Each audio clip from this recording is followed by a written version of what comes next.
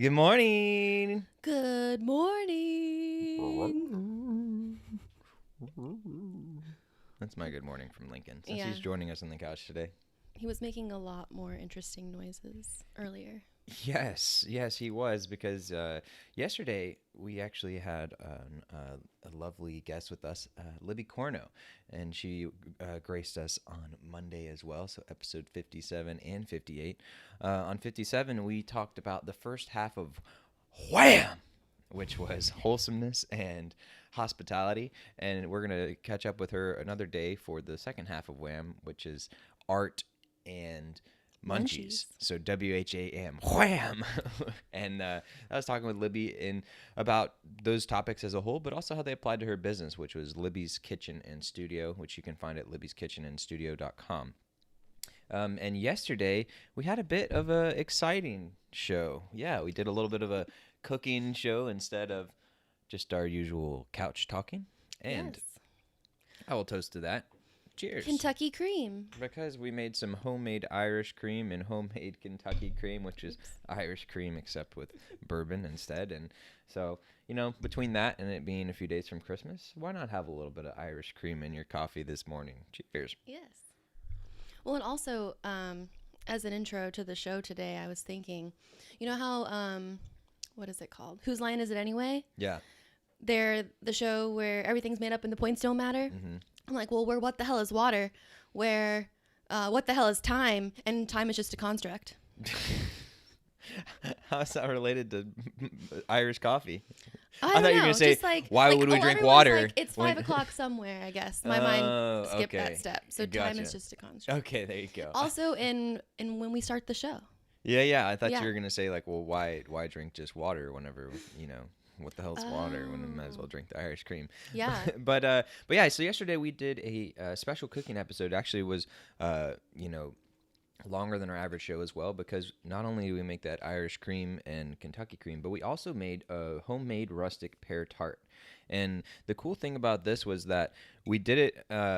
We talked through the whole thing from the very beginning, and we went from the setup, and we explained not only what to do, but why we did things. And between Libby and myself, I'm not exaggerating, I don't think, when I say we dropped over 100 tips within that time frame, where it's just like in between all of the steps, and why, explaining why we did the steps and how to look at things and what you're looking for. And so that's one thing that I've found for myself over the last few years, is I've done a lot of self-education online and podcasts and books and things like that.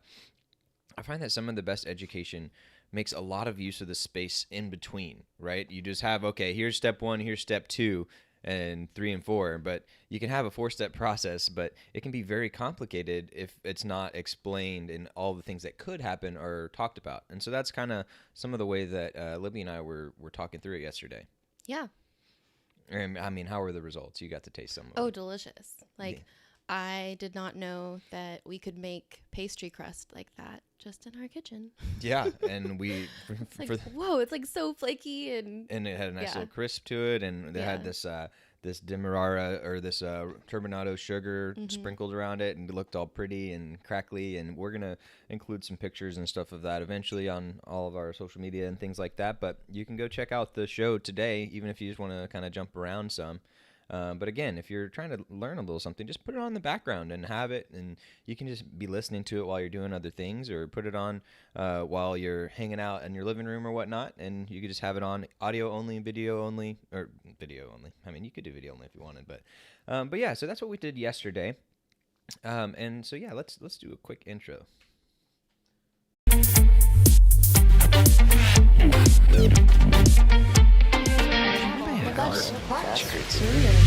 Helpful for life. And for today, we have a wonderful repeat guest with us. We have Alexandra Mannerings with us. So we're going to jump to her in a second, but I forgot to say, welcome to What the Hell is Water? I'm Reed Garcia, founder of Helpful for Life. And I'm Danielle Garcia of DanielleMGarcia.com.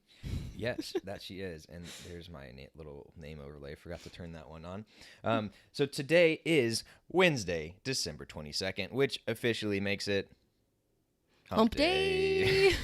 Took I me was a like, second. I was wondering if she was gonna catch on. Haven't had enough coffee yet. Yeah, and Hump Day is a magnificent day, but if for no other reason than you get to say it's Hump Day.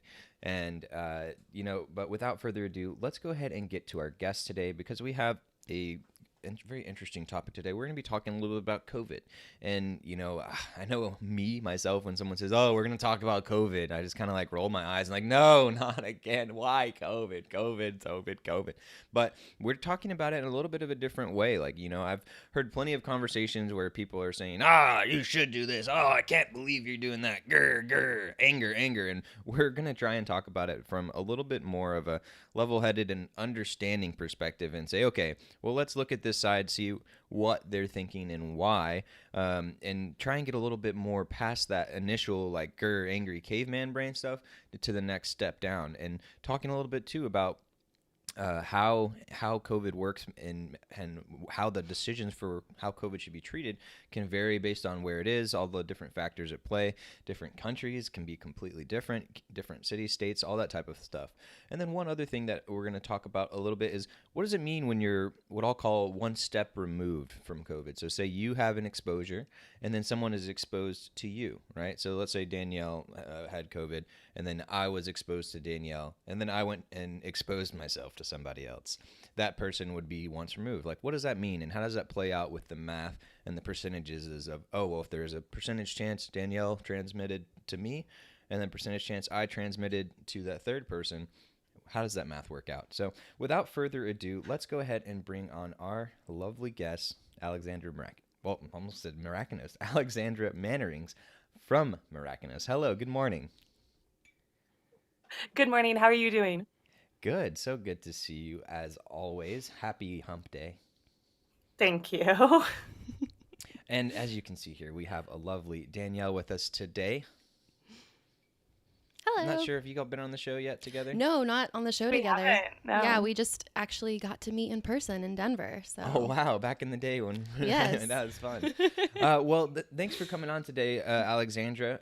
I'm going to make sure to point out that I'm sure we could talk about this for a very long time. So feel free at any point to say, all right, enough's enough for today. I'm going to have to jump off and go do some other things. So without further ado, let's just it will jump be right when the in. Paw Patrol episodes run out.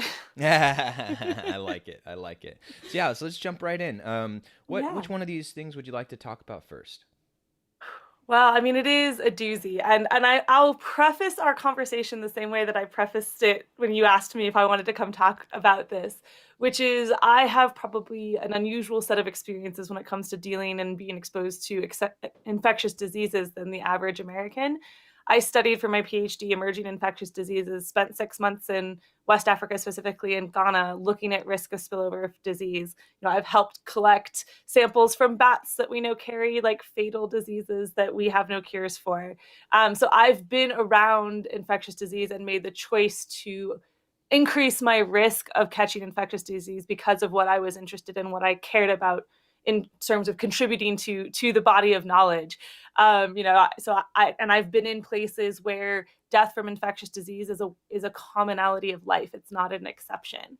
So I always like to sort of start that's where I come from. So when I hear Americans talking about infectious disease, and if I hear the word unprecedented one more time, I might not be able to have a rational conversation about it, because really infectious disease is very much a precedent of human life. And it's that we, in a few select countries of incredible wealth, have been able to excuse ourselves from the risks, largely the risks of infectious disease.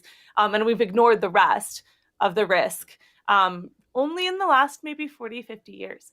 So when penicillin was developed, the first person they gave it to was dying from cutting himself on a rose bush. Wow. So like, imagine living in 1941.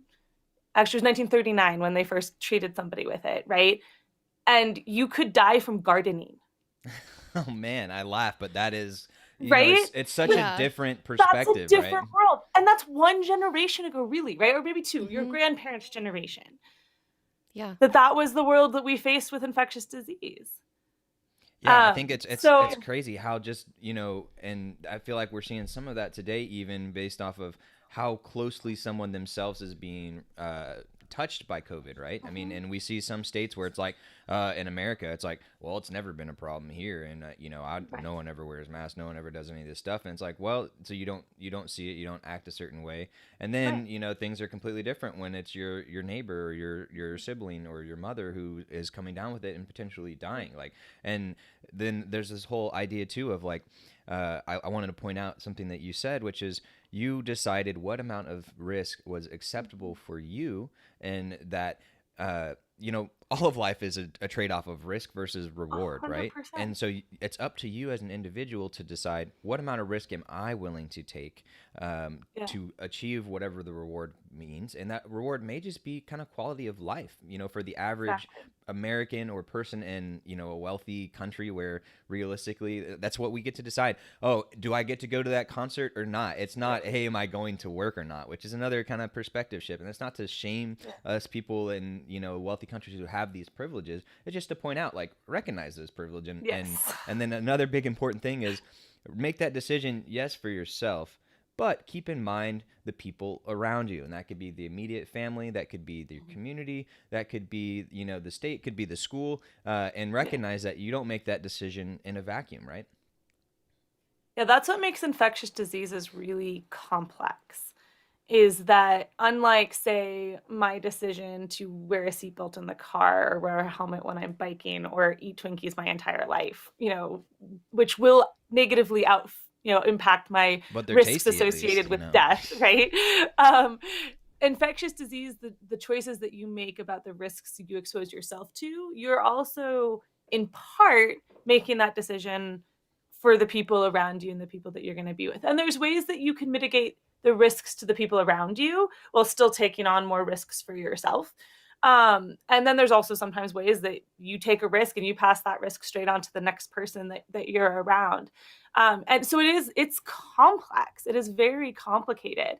And then when you get into the realm of vaccinations and whether or not they should be mandatory, whether or not you can limit someone's ability to go and do something based on their vaccination status. We've been arguing about that for decades because of the MMR vaccines. So if you want to look at risk of disease, right? So COVID has killed a total of just over 400 children in the US, total. Measles, mumps, and rubella, before we had a vaccine for it, would kill and disable hundreds of thousands of children. Wow. And so, those three diseases combined. And so we have this great vaccine that has 60, 70 years of history of great evidence of no harm, with a few adverse reactions that can happen, but autism is not one of them. So that's a whole separate problem. And so we've been debating in Colorado, at least, I don't know if it's the same for where you guys are, about, do you allow a child who's not vaccinated against MMR to go to school? And can you share with other parents at the school that child's not vaccinated, or at least that there's an unvaccinated child or this many unvaccinated children at their school so they can gauge the risk for their child? Right. Real quick, let me jump in there for a second. So I just want to make sure it's overtly clear to people. MMR, measles, mumps, and rubella. So if you hear those two terms, those are talking about the same thing. And then I also want to point out that in the U.S., for those who are international listeners, we have the national federal rules, which apply to the entire country. And then we also have states. And one of the good things, and some would argue some of the bad things about the way that America works, is that the states can have different types of rules than the country does, and also different levels of enforcement. And then on top of that, that's from the actual policy perspective. That's not even getting to the part where people are just going to be different and people are going to do different things. And just because something's a law doesn't mean it's as hard enforced or as much followed. And you see that a lot in America when it comes to something like mask wearing. If you go to a big major city like Boston or New York or something like that, you're going to see a lot more mask usage than you will here in Texas or down in Florida or something like that. And there's a lot of factors at play there. The other thing I wanted to point out was there's, I think it's HIPAA, which is the thing that says in America where you can't share, I don't know if it goes international or not, but you can't share medical information of somebody. That's a private thing between them and their doctor unless they allow that information through usually some sort of written form.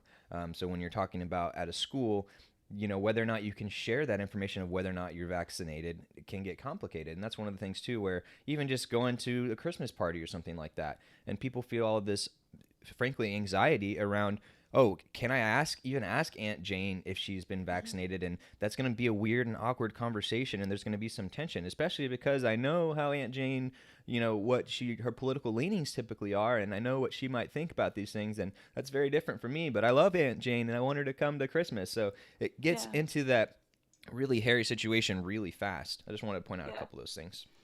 Which is funny because I read all these articles of like, yes, courts have ruled that it's legal to ask someone if they've got their COVID vaccination, but no one ever explained why. And I didn't spend that long trying to like chase down the legal ramifications. But like, given the history that I'd followed with the MMR vaccine, I was really surprised that that was the ruling that came out. And I'm curious what the basis of the change of like why we can ask about COVID and we can't ask about MMR. So if you figure that out, share that because I'm curious. Yeah, for sure. And we'll open that up too to any of our audience members as well. If you guys have sources on that, make sure to include that in the comments, or contact us. Go to helpfulforlife.com and hit the contact us button in the top right. So we'd love to share that information with you guys. But I will say, all of that is just to say this is not new. We like to think that COVID-19 is giving us all these new challenges, and the scale of it might be fairly new for those in recent memory. But it's something we've dealt with in nearly all of the capacities in some way before, whether we're talking about quarantines or plane travel lockdowns or vaccination requirements, or, do we allow people to go places when they haven't received a vaccine, or all of those things we've talked about and dealt with for better or for worse, not always in the best ways before.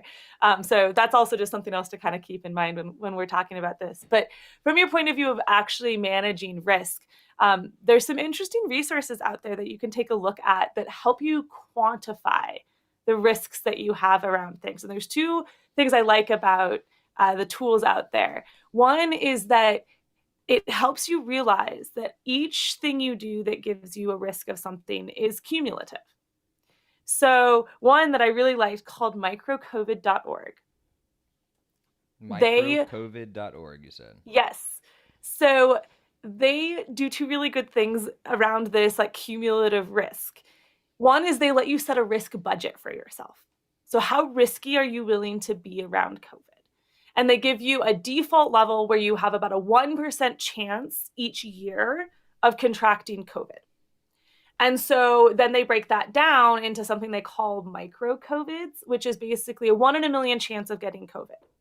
And so you can then plug in where you are, the activity you're doing, whether you're vaccinated, whether the people you'll be with are vaccinated, or whether you'll know that, whether you're wearing a mask, what kind of mask you're wearing. You can sort of put all this information in and it'll give you a risk for that activity. So like driving 15 minutes in a car ride where you're both wearing masks, the other person's vaccination status is unknown, gives you like a 0.001% chance of getting COVID, or it was like, I think that's 10 micro COVIDs. 10 micro COVIDs. Right? So it gives you this little, and so, okay, if my budget is about 200 micro COVIDs a day, if I'm trying to keep it within the 1% chance of getting COVID for the entire year, then I could do that thing and I could do one other thing. Or if I did nothing, if I sat in my house and, talked to my cat for a week, then I would have, 1,400 micro COVIDs that I could spend to go to that concert on the weekend. And what I really liked about that is people who think that they may not be making very many risky choices, if they do a small risky thing every single day, they're actually being the same level of risky as that person who sits at home and goes to the one concert. And I think that again could help us, one, for quantifying and understanding our own risk, but two, for understanding and being a bit more understanding of other people and their behavior, that when you judge someone because they did this one thing, what else do you know about their life? What else do you know about their other decisions that they're doing? Probably not much. And like, how much have you actually looked at the things that you're doing that maybe are either riskier than you realized, or just that you do enough of them, right? You go to the grocery store and you carpool to school and you're at work, or like whatever it is. And those things add up in the same way. Yeah, or you have that maybe you yourself aren't taking all this risk, but you're exposed to one person regularly who is, which my husband's a first responder. Yeah. right? Like I always joked that. I know, right? And How so like throughout COVID, he was out there, and like before there were vaccines and everything, and I always said that, you know, once things started opening up again, or when we were talking to people, I was like, I'm the weak link, right? Like I'm around someone who we know has a much higher risk of exposure. And I mean, he also got his vaccine before a lot of people, so that helped. But it was just like, I wanted to be aware of that fact that I was around someone who was a much higher risk, and therefore I posed a higher risk to other people. And that goes to your pass through, though, that is kind of interesting, because let's say, you know, he had a 10% chance of catching COVID for that period he was out there that year, rather than a 1% chance. So 10 times higher than everyone else. What's interesting then is, do I have a 10% chance of catching COVID? And this is the one nice thing about percentages is, no, I don't have a 10% chance of catching COVID the same that he does, for the simple reason that not 100% of people who are exposed to someone with COVID come down with COVID, for a lot of reasons. Some of them are biological, some of them are behavioral, some of them are just random chance. So, I mean, and this is where infectious disease, the reason I studied it and loved it, is there's so many interesting factors involved, right? When we talk about biology, right? My immune system, how I work, what happens when I get exposed to a pathogen. We're all born with certain levels of protection against random things. That's how our species survives against novel pathogens, like new things that we've never seen before. And then some systems are just more sensitive to certain things and not to other things. So like Black Death, I love this. About a third of people in England at the time of Black Death, you know, the horrible plague way back then, had some kind of natural resistance, which is why there's still a human species there, right? And you can actually find the genetic marker to this resistance in a hugely high concentration in European areas, because it gave them such an advantage of surviving against the Black Death. But it's just random chance, right? Random genetic chance if you have that. And just to point out, the Black Death was another pandemic from, do you know roughly the years of that? Terrible. Well, it broke out 6-7 times. I mean, it was a recurring outbreak. The worst of them were in like 1300s, 1400s, and then some were as early as 1000. So it showed up multiple times. And is it the same as bubonic plague or different one? Yes. Okay. Well, yes, it's the same thing. It's caused by a bacterium called, see if I can remember this. It's Yersinia pestis, I think is its Bless you. Fancy. I know, exactly. It's very close to that. I don't have it quite right. But we still have it in Colorado.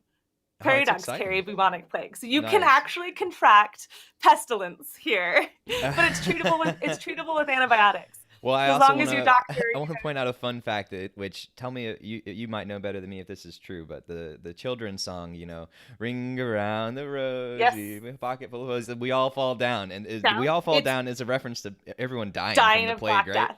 Yes. So next time you hear someone singing that song, just think of that. The reason they say ring around the posy pocket, or finger on the rosy pocket full of posies, is because one of the signature symptoms of the Black Plague were these sores that would come out. And so you'd get these like red rings of sores that showed that you'd come down with it. And I mean, it killed a third of the European population over the span of these outbreaks. 1/3. That means 2 out of 3 of your neighbors would be gone. Like, it's crazy. Ridiculous. That's a lot of people. And it was ridiculous how many people died. Yeah, and so so let's jump back to COVID, and before we get to some of the numbers, because I do want to talk a little bit about numbers, and I'm going to show also real quick on screen that micro COVID website. Yeah. But before we get to that, I want to do something that you have done every time you've been here, which is recognize and point out that there are emotions involved in this types of things. And especially when it comes to COVID, there are a ton of emotions involved in this, especially the more strongly you feel about it and the more strongly you feel about how others feel about it. And so the first step is recognizing that, right? And when you hear something or when you have that gut reaction, oftentimes it's very negative or attacking or defensive, and could be on edge. And I'm guilty of this myself when people told me like, oh, you know, I did this, or, oh, hey, by the way, just so you know, this happened. And I was like, oh, grr, how dare you, right? And then I'd have to take a second, which is, you know, as you spoke with us on previous episodes, the first step is to, all right, take a second, think about it, step away, maybe if you need to, let those emotions calm down before you start to logically work it through. Because this is one of the things about COVID that makes it kind of difficult is it's a classic, I'll use another example of like a spouse cheating on the other spouse, right? What is my incentive to tell that spouse that I cheated on them if I know they're going to get all pissed off, we may get divorced, and we're going to they're going to be so mad it's going to ruin everything, right? Same kind of thing with COVID. Why am I going to come and tell you the information like, hey, I might have been exposed to something. Here's this information. You get to do what you want with it. If I know you're going to yell at me. So it's almost counterintuitive. Like you think by like being emotional and by telling people strongly how you feel that you're actually helping, but in some ways you're actually forcing people into their shells. So that's why I want to also point out that you said we need more understanding, and I'll also use the word empathy as well to recognize, one, not everyone has as much control over their situation as you do, right? It is a privilege to be able to say, oh, I can't go to work, or oh, I quit that job because I didn't like the conditions they were exposing me to. Or guess what? For me to get to work, I have to take public transport because I can't afford to go some other way. And so recognizing, or I happen to be a first responder. I drew that lucky straw, right? You know, so understanding and recognizing like, hey, this is a situation, right? So that's wanted to make sure to point out a couple of those things as people are starting to deal with each other, to come from a place of understanding, and also just be very open and tell people the facts, and don't be afraid to share. One other tip I really like to say is, do things either over the phone, or you can record an audio message, you can record a video to include some of that emotion and include that human aspect, because this is one of the things that's really easy to do, especially when it comes to number and statistics and things like that. It's really easy to dehumanize people and to not recognize like, wow, Danielle is telling me this thing, but that's my wife, that's Danielle. She did that thing and we are worrying about that, and she is a human, right? That's really easy to fall down that path, right? Yeah, absolutely.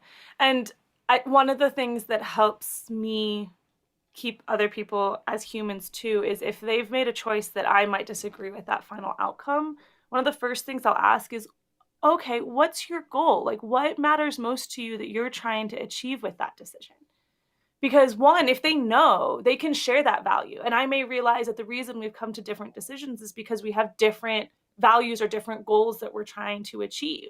And to your point, maybe they need to feed their family and they've made that decision because that's going to maximize the chance they can do that. Or it may be the first time that somebody's asked them that. Yes. They may be surrounded by people who are saying the same thing, and therefore they've taken that on and they're going to say it. And when you say, okay, what are you trying to achieve with that? Like, what is your goal?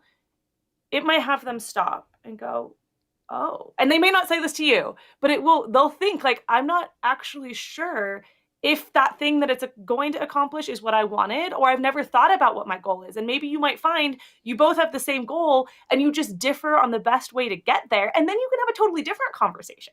Right. Instead of yelling at each other about how stupid the other person is, you might realize, oh, they have facts that I didn't have, or I have facts that they didn't have, or we can explore like this likelihood that this option is going to get us there. And there's so much unknown, especially around COVID, that sometimes you just have to make a guess. And also, so guess what? Week to week, it changes, right? It changes. Exactly. And so maybe they've taken their best guess and you've taken your best guess, and they just happen to go in different directions. Like, and then again, you can get to the point where it's not that they're a knuckle-dragging Neanderthal. It's that you guys just have made some different choices or different guesses, and you can both then be humans and respect each other about that. And then you're a lot more likely to get the call of like, hey, I'm really sorry. You know, that dinner we went out to last night, I found out that my husband caught COVID from work. And so like, you probably should quarantine or something like that. And there's no longer going to be this risk of like, bam, you're never my friend. I'm not talking to you ever again. It's more like, thank you for sharing that. I appreciate that. I'm not going to judge you for the risks that your husband took or whatever it is. Right. And also want to point out that the more open you are and the more friendly you are and understanding you are, I would argue that time between when someone finds something out and when they tell you is going to be a lot shorter. Because I think what happens now a lot of times is I find out, oh crap, I feel bad, I might be having COVID, and then I kind of like look to my wife or my friend and be like, I think I got the vid. And then like, oh, what do I do? How do I tell them? I was just doing this. I don't know. And then they get all nervous, and it's like, and then maybe they wait like half a day or a couple days, and by that point it's like, how many other interactions have these people had, right? And that's one of the it's weird to say, but one of the good things about COVID, in my opinion, is that it is the level of infectious, the level of deadly that it is, because frankly, I think it's a great reminder and a great exercise for us, not only here in America, but worldwide, to recognize like, hey, you think you're past this whole infectious disease thing that can wipe out entire population? Not quite, not quite. And that's going to happen again in the future. And, oh, those plans that you had and then you threw away, well, let's dust those off. Let's bring those plans out on how to deal with the pandemic so we can deal with it, right? Well, and I have not been impressed, just from my points of view, of how like the U.S. has dealt with it. The ability to contract trace has been non-existent. Our testing protocol was like months behind. And I was talking with you that like we actually did really luck out with this version of coronavirus. There are versions of coronavirus that kill 30 to 40% of the people that they infect. So then they're like back to Black Death level of people dying. And so I feel like this is a kind of good dry run where it was bad enough and many people died. And I'm not trying to make light of that, but it could have been so much worse. And if we bungled this one where it was not nearly as worse as bad as it could be, maybe we'll get the next one a little bit better. We'll do it better. We'll control it better. We'll respond better. We'll have systems in place to be able to track and understand how we respond to this in a good way. Because you're absolutely right. Like I said, this is not a one-off. This was not a like, okay, now we've done this, we're good. Like this is reality, and it's going to come again. Yeah, and that's the thing about bubonic plague. The symptoms, if I recall correctly, are very dramatic and obvious, and it's like, wow. And you see someone going through that, it's enough to scare the lights out of you and say, hey, give me whatever. I don't want that to happen. And that's the downside of COVID, is that it's not quite as obvious or as visible. And also sometimes you can have it and nothing happens, right? The range of symptoms is, hey, nothing at all happened to death, right? And that's such a wide range, which makes it an interesting disease because of that. Now, how unique that is, I don't know, right? But that is one part. Any thoughts or questions on this, or just along for the ride? We're perfectly fine. Cool. Yeah. Go ahead. Well, we at least know how Reed's going to act if he cheats on you, so he can tell you that. Right? Exactly. Yeah. And so, all right, let's talk about the numbers real quick. So I'm going to jump over to an iPad screen here. Let's see if this works. But while I'm doing that, so tell me again about this micro exposure. Yeah, it's one of many apps.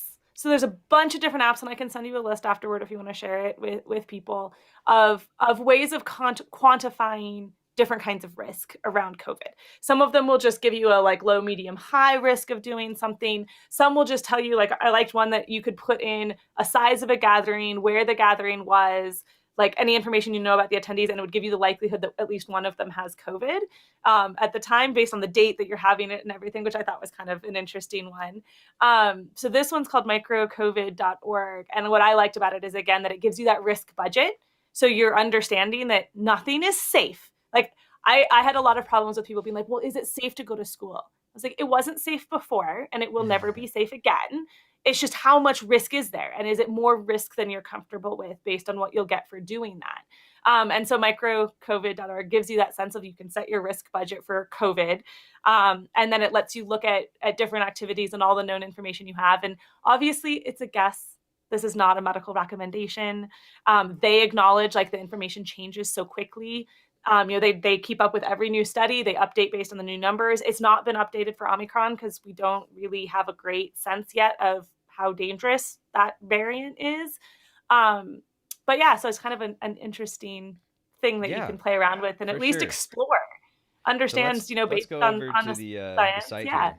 Yeah, sorry to interrupt a little bit, but yeah, so here's this micro COVID site. And so you can see, I've already done a couple of the steps, but over on the left-hand side, you see enter your location. And for those who are audio only, we're sharing a screen from the website, microcovid.org. And I put in Texas as the country and my county, which is Collin. And then on the right-hand side, there's step 2, which is describe the scenario. And I went ahead and picked one that said indoor unmasked hangout with 2 other people. And you can actually see, it shows you the math. It gives you a couple of percentages. It says, in this case, 14% per hour baseline chance of transmission. 0.33% of people here are currently infectious.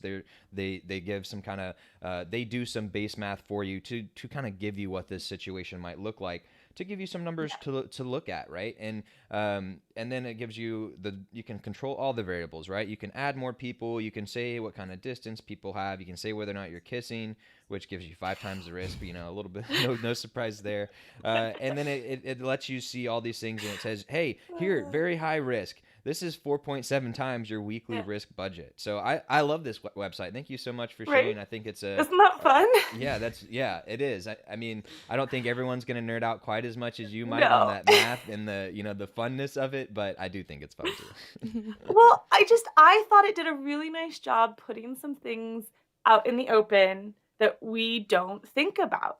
We don't think about having this risk budget, because one of the things that I was talking about with another friend is, if you are one of those people who's terrified to go out because you're really concerned about your risk of COVID, it would be interesting for you to calculate for your situation. Do you have underlying diseases? How old are you, et cetera? Your risk from COVID and the things that you're afraid to do. And then look at other risks that you take in your life. Do you drive a car? Do you smoke? Do you these other things that you do in your life? And be like, before COVID, you were probably okay. You probably did not go around afraid of dying. Right. So if we could get you to the same level of risk that you were before COVID, then you should also not go around being afraid of dying. So what other risk could you take out of your life in other areas that you do have control over? Because you can't control all of COVID. And then would you feel okay? And I laughed because I understand the emotional parts of this. It probably wouldn't make you feel okay, even though mathematically it's the same. But at least it puts our perceptions of risk. We understand that those are perceptions rather than necessarily the true reality. Yeah. And I would be curious to know or hear someone say before COVID, I rode motorcycles and jumped out of planes. But, I decided I wanted to go to that concert. So I stopped riding motorcycles so I could have more micro COVIDs. And the funny thing is that emotionally that makes no sense to us. Right. But mathematically it's very accurate. And so it's kind of a fun that's the thing juxtaposition. Is we talk a lot on the show about caveman brain, right? And you get past all of these, what I like to call layers of delusion of us being higher level beings and being able to understand and know everything. We like to think that we're really good at that, even though a lot of times we're not. We go back to what I call the caveman brain, right? Yeah. And when it comes to things that threaten your safety, much less your survival, it triggers that caveman brain so hard. It goes to that fight or flight really quickly, and it gets you all emotional and gets you much harder to deal with the situations and deal with that knowledge, right? I mean, if you have a lion running after you, you're not necessarily doing the math of, well, if I do this, I'll have a higher percentage chance. Because if you did, you would be lion food. Right, it would take too long. The reason we have that caveman brain is it kept us alive. So we have to be very respectful of that caveman brain, because he has kept us alive for 1,000,000 years. Yes, it has. So let's jump over to some math real quick. So here's the iPad again. Oh, there's our that's from our last time we were talking about a previous Were you talking episode. about Kelvin? We were talking about color temperature, and we were talking about doing a little power equation over here. Maybe as a nerd you might appreciate those things, but we were talking about choosing lights in your home, LED versus incandescent. So we'll include a link for that for anyone who's interested. But for today, let's talk about math with some COVID here. So if I am person A right here. Mm-hmm. And I have this lovely, orange hair. All right, and then we've got person B, and then we have person C. So let's just assume that person A here, they've got the vid. They're not feeling too hot. They've got these little vid spirals coming out of them. Yeah. So when I have person B here, I have this transmission right there. So or exposure. You have an exposure. Yes, exposure. So I've drawn the picture. You walk me through and tell me what numbers we want to put in here. Well, I would also like to say because the baseline experience is that you don't necessarily know who has COVID, right? And so in this situation, we're starting with an assumption that we know person A has it. But most of the time when we talk about risk, like if you looked at the micro COVID site, it said, what are the odds that any one person has it? So you usually have to start with those odds. But in this scenario, let's say we do know person A came down with it. Base transmission rate, right, of 14%, which let's make it 10% because the math will be easier to do in my head. This 10%, again, this is not medical advice, it is hugely influenced by a ton of things. Were you wearing masks? Were you vaccinated? Are you immunocompromised? Are you 20 or are you 70?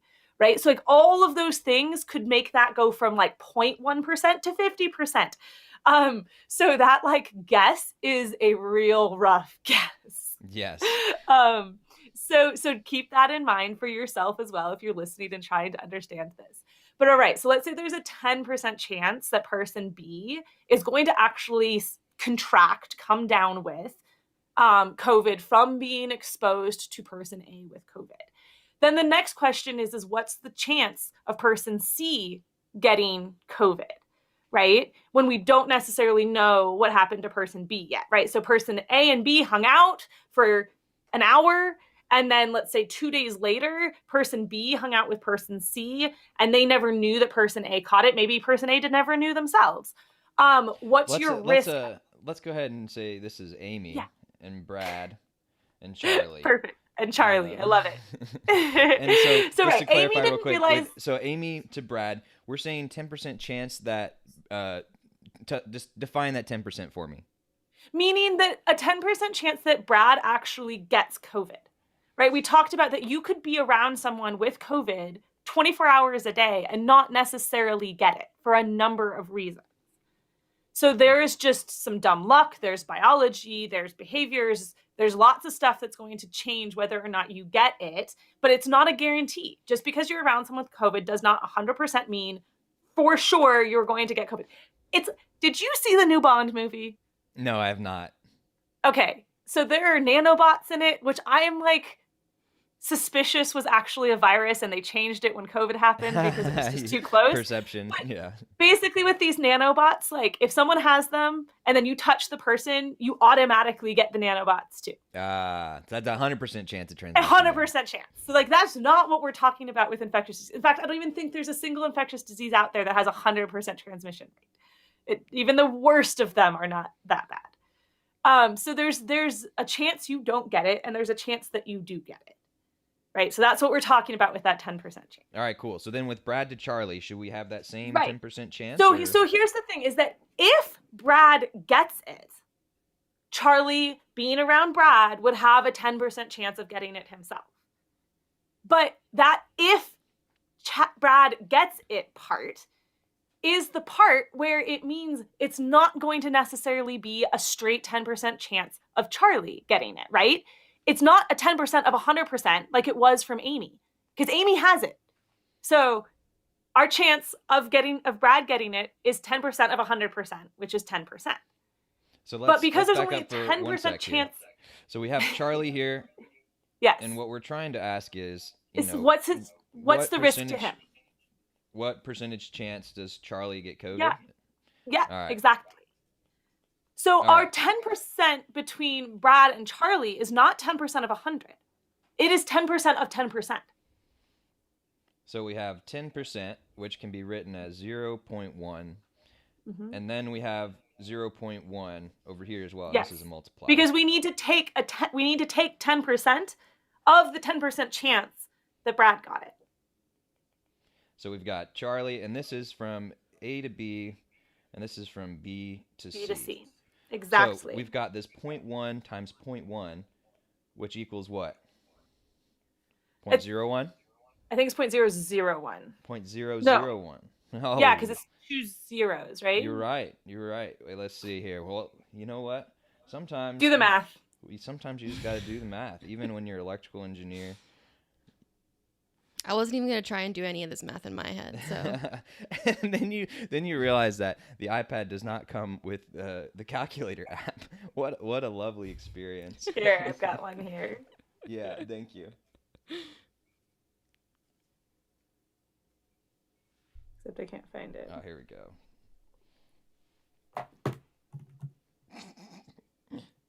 what fun? 0.1 times 0. Oh yes, you're right. It's 0.1 equals point 0.01. All right, we're good. Yeah, so it's That's one of those things. So you have a 1% chance. Which this is equivalent of 1% chance. You have a 1% chance. So if you're around someone who's been exposed to COVID, your risk drops to 1% of contracting it out of all of that. All right, so that's the thing about percentages. And, as you can see here, she's a data analyst. I'm an electrical engineer. Sometimes the math gets a little confusing, especially when you get these decimal places involved. It's easy to not recognize how these percentages can go. And you're multiplying a percentage of a percentage or a fraction of a fraction. So to recap here real quick, we were going through the situation where we have 3 people, Amy, Brad, and Charlie. And we know that Amy here, as you can see with the lovely orange hair, she's got the vid. She has the vid. She's got those green spirals that come out of you like happens with COVID. So she 100% has COVID. There is a 10% chance that Brad gets that through transmission from Amy. Maybe they were necking. Maybe they were just playing some games. You never know. Never know with Brad. Classic Brad. There's a lot of factors, though, that go into that 10%. So we use that as a rough number, but based on whether or not you're vaccinated, whether or not you wear a mask, whether or not you're at the rave, whether or not you're just chilling at home, all those numbers would play into that 10%. So that 10% is the number that you have control over, by the way. And then we have Charlie, who is hanging out with Brad later on. Maybe they're making out too. I don't know. I don't know Charlie that well. But Brad probably would do that. It's, again, classic Brad. But if Brad... We're also giving that Brad to Charlie transmission a 10% chance rate as well. So when Charlie's sitting there, it's like, oh, Brad, Amy called Brad, which was great. I'm so glad Amy called Brad and told him, hey, I've got the vid. And then Brad was like, hey, Charlie, I was hanging out with Amy. We were hanging out. I just want to let you know because I want you to be able to do with this information what you want, especially because I know it's the holidays. You're about to go hang out with your immunocompromised friends. You're about to go hang out with grandma who's got a lower immune system. And I know you care about your family, and I'm worried about them too. And I want to make sure that, hey, I don't be the one to introduce this into all of these people. So I want to let you know that, hey, it may be hard for you to do, Charlie, but I want to let you know that there's a chance that I gave you COVID. I'm so sorry. And Charlie, or Charles, depending on the day, he wants to know what percentage of chance did I get COVID. And so from Amy to Brad, there was that 10% chance, as we showed over here. And then from Brad to Charlie, there's that 10% chance, which we showed. And when you multiply 10% by 10%, you get 1%. 1%. Which is, so Charlie can say, I have a 1% chance that I got COVID from Brad. All right. Any other thoughts on this scenario or No, I mean, like I said, if you're also just trying to understand your risk going out in life, right? And you're like, well, I have a 10% chance of getting COVID. You have 10% chance of getting COVID from someone who already has it. But as we saw, like the baseline assumption is only 0.3% of people are going to have it at any given time. And that changes wildly based on where you are and current transmission rates and all of that stuff. So it's not that you have like a 10% chance of getting COVID every time you set foot outside your door. It's actually going to be that 10% times 0.3%. So you also have to kind of keep that in mind too. Yeah. So when we were doing our math here, we had what we'll call our A, which is our Amy, and there's the percentage chance that Amy got it, right? And then there was she has to have it, and then the B to C. So the beauty of doing, letting people know if you might have it and things like that, and you quarantining yourself like that, is you get to change what this number is. So in our example, we used 100%, which is the same as saying 1. However, as soon as you start feeling ill, you think it might be COVID, you cut yourself off, you take yourself away from all those people, you get to change this percentage chance to a lot lower. And let's say you cut it off and then you make that just 10%. Well, then you go all of a sudden from being 1% over here at the end. So it started out at 1%. Yeah. And then it goes even lower, right? Yeah. Which, we may need to pull out our math. It's going to be 2 zeros, yeah. I apologize. I had written it down, but I was working off a 1% chance on a 10% chance. That's why I was like, I read my number, and then I was like, I'm being stupid. So yeah, that's a 0.1% chance. So exactly. That's so that by controlling the A, So if you are someone who may have it, and this is where the mask and the vaccine, and regardless of what you believe, if you can lower that percentage chance, social distancing, things like that, staying outside, circulated air, all of those factors that we've learned over the years, you can minimize that chance. One, there's the chance that you minimize the chance that you get it at all. And then two, you can control this number here. You can minimize that, right? So the more you can minimize each of these numbers, the lower your overall risk will be. And I also, I definitely want to point out and highlight again that one of my favorite things that you pointed out was recognizing that this is a cumulative risk, and also recognize that every day you're dealing with cumulative risk, whether or not you deal with it. Of all kinds of things, not just COVID, of cancer and car crashes and everything. Yeah, and we can do another example some other time. Right now we talked about COVID, but you could do the same thing for sexually transmitted infections, like the same kind of thing. Like, hey, this is something I know I'm taking a risk, but I like doing this thing, and so it's worth that risk for me. The main difference between this and an STI is that COVID, you can infect people without getting sexual with them, so it's a little more dangerous, and you got to think. And you don't think about grandma necessarily when you're thinking about STIs. So that when you're at COVID, you got to think about grandma. Unless you know the statistics at nursing homes. Unless you know the statistics at nursing homes, yes, because they're very randy, baby. They are. All right, Alexandra. Any other last thoughts on this? No, I mean, I think the concept of harm reductions are really important when we talk about this. And again, the no judgment space, because while it is complicated because you can make risk decisions on behalf of other people when it comes to diseases that spread through the air, there's also a point where we have to live our lives. And so finding and who's having to make sacrifices in order to protect whom. I think it's a really interesting thing that children right now are really struggling, having not been in schools. And there's some serious consequences that are accumulating, and yet they're at almost no risk from COVID. And so how comfortable are we having them bear a burden of the downside of our controls in order to protect a different segment of our population? And I'm not saying what the right answers or wrong answers is. It's just that this is a nuanced, complicated discussion. And to think that we can solve it just by yelling at each other, I don't think is an appropriate response. Yes. So I'm going to repeat that for everyone at home.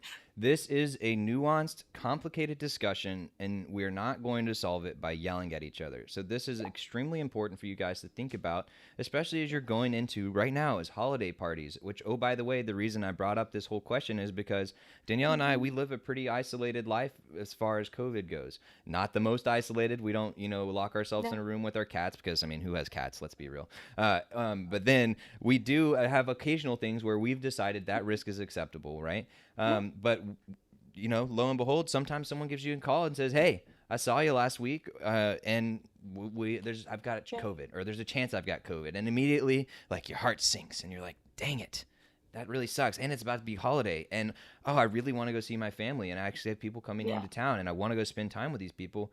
But now I'm not sure if I can because there's a chance I might have COVID. And then there's other times where you're like, "Hey, if I got the vid, I get to hang out at home and kick back and watch all the Disney movies, So there is some emotion involved. The other thing I'll also say is you can get tests for COVID. So again, this whole idea, that there's only like one possible response to things isn't true. There's a lot of things we can do. And I think it's also misleading to be like, oh, unvaccinated people have to test. Well, there's breakthrough infections all the time. So if you've been exposed, testing yourself makes a lot of sense. Or if you're about to be around someone who is very immunocompromised, testing is also a good idea. And frankly, I wish we did that for things like flu, because that's also very dangerous to immunocompromised people. But that's a separate problem. So there's a lot of behavioral things you can do to change the likelihoods of these outcomes. And I think they need to be done in the context of how do we live our best lives, accomplishing the goals that we want to accomplish. Yes, so. And that was one of my favorite things that you pointed out was the fact that, hey, that might be the first time someone has had that conversation. So have that conversation today. So that is the challenge for you guys at home is have that conversation with one of your loved ones and also ask yourself, like, all right, what am I trying to accomplish? Because again, coming back to what Alexandra does, she does data analytics for nonprofits and small businesses. And this is what she does every day. She helps people collect the data that they need to make decisions about what they want to do as a business or as a nonprofit organization. calculate all of the risk that's associated with that. Look at the money, look at the donations, look at all of those things, and then have that information, understand it, recognize the emotion part of it, put that to the side, and then decide what they're going to do that best lines up with their goals. And whether you like it or not, whether or not you believe it, you are doing this every day as an individual in your life. You're deciding actively, am I crossing the street? Percentage chance of death. Am I walking outside? Percentage chance of death. Did I see the movie Final Destination? Much higher percentage chance I will see death all around me. And so real quick, before you go, last thing I wanted to highlight one of our comments in the chat. John C. is saying that these change, sorry, let me fix that visibility. Oh, I can't fix it. But these change if you know for sure Brad tests positive, because Charlie then goes back to 10%. Just to show the importance of letting people know if your status changes. So I want to emphasize for everybody that there is no shame in letting people know everything you know. Let them decide what they want to do with that information. And it is up to them to decide what is up for that information. So just to point out what he was saying, we started out with A, B, and C, and we knew A had it, and we were questioning if B had it and questioning if C had it. And that gave us to this 0.001, which was 0.1%, right? Well, if you know A has it, then it's 1%. 1%. So thank you. 1% chance. You're good. Now, if we know that B has it, but if you know that B gets it, chance has it, then you're doing that 100% times this 10% transmission here, which is a 0.1. So 1 times 0.1. 0.1, which is 10%. So now you're at 10%. So now you're at that 10%. So once you know, you need to make sure to let people know, because that's your responsibility as a person who is a part of a community. And again, that community could be a larger group, or it could just be your friends and family circle. The bottom line is there's no shame in anyone who's making you feel bad for any of these things. Just be like, I understand you feel that way, but I wanted to make sure to let you know so you can do what's best for you. You make your decision with that information. And also say, and if you'd like to talk about it a little more, I learned about this all on this lovely show, What the Hell is Water? And here are some more information to help you understand how this might work. Well, thank you so much, Alexandra. I appreciate it. You have a wonderful rest of your day, and happy Hump Day. Make sure if you're humping, keep the STI transmission in mind. Want to keep that in control. Thanks, Reed. All right. Have a good one. All right. How you feeling? Infectious? Sure. Any thoughts after hearing all that and thinking all those numbers and COVID, or man, you just need some more Kentucky cream? That's my main thought. Yeah, I agree. I think some Kentucky cream sounds good. Well, thank you guys so much for joining us today. Hopefully this was a little bit enlightening for you, and we'd love to know what you think. If you have other examples that you would like to see, if you have other situations you want to hear about, or if you think we're wrong in any ways, please let us know. And especially if you think it's something that we did wrong, let us know in a nice way and tell us, hey, here are some things that maybe you want to look at, some information you maybe didn't have. Here's some links, things like that. But by the way, that's a great type of thing you can do for your friends and your family, and be like, hey, I don't know if, I have some information you don't. I might understand something that you don't, but here's some more information, and I'd love to chat about it. Like, it's not us versus them. Like, it should be us versus the virus. How do we get rid of this thing? How do we minimize our chance of our immunocompromised, our elderly, our children, all of these people getting sick? And we want to put an end to this thing. So with that being said, your challenge today is to have that conversation with somebody. It could be a family member, it could be a friend, could be somebody at work. Just have that conversation. Be like, hey, what are you trying to accomplish around COVID? Like, what are your values? Like, what are you trying to maximize? Are you trying to maximize your time that you're spending with people? You're trying to make sure you're able to do certain types of activities, things like that. So that way you can make those calculations for yourself, and they can make the calculations for themselves and say, hey, I have this cumulative risk that I'm building up every day. Regardless of if there's COVID or not, there's a percentage chance I'm going to be getting sick. There's a percentage chance I'm going to die. That's just the fact of life. And COVID, maybe increase those risks more than normal. So what you can do is look at your continuous accumulated risk and decide every day, how much am I willing to take? And Alexandra pointed us to a great website, which is called microcovid.org, which we'll share in the chat as well. But that is a way you can say, okay, I recognize I'm doing this cumulative risk. And if I'm planning, okay, especially for this holiday season, okay, I think I want to go to this party. I want to go over to Nana's house. Let me see what these chances are. And then you can play with those percentages, and you can also put in factors like, vaccination, mask, and things like that. And also want to point out, like, hey, when in doubt, if you want to decrease that chance of transmission, you can potentially get vaccinated. You could potentially wear a mask. You could potentially do some social distancing. You can hang out outside somewhere with lots of ventilation. Those are some of the things you can do to help minimize transmission. And I know I have an increased risk because I'm a face toucher. A face toucher, exactly. And we love those face touchers, though, because they have the cutest faces. All right. Well, with that, we will let you guys go and have a wonderful hump day, and talk to y'all later.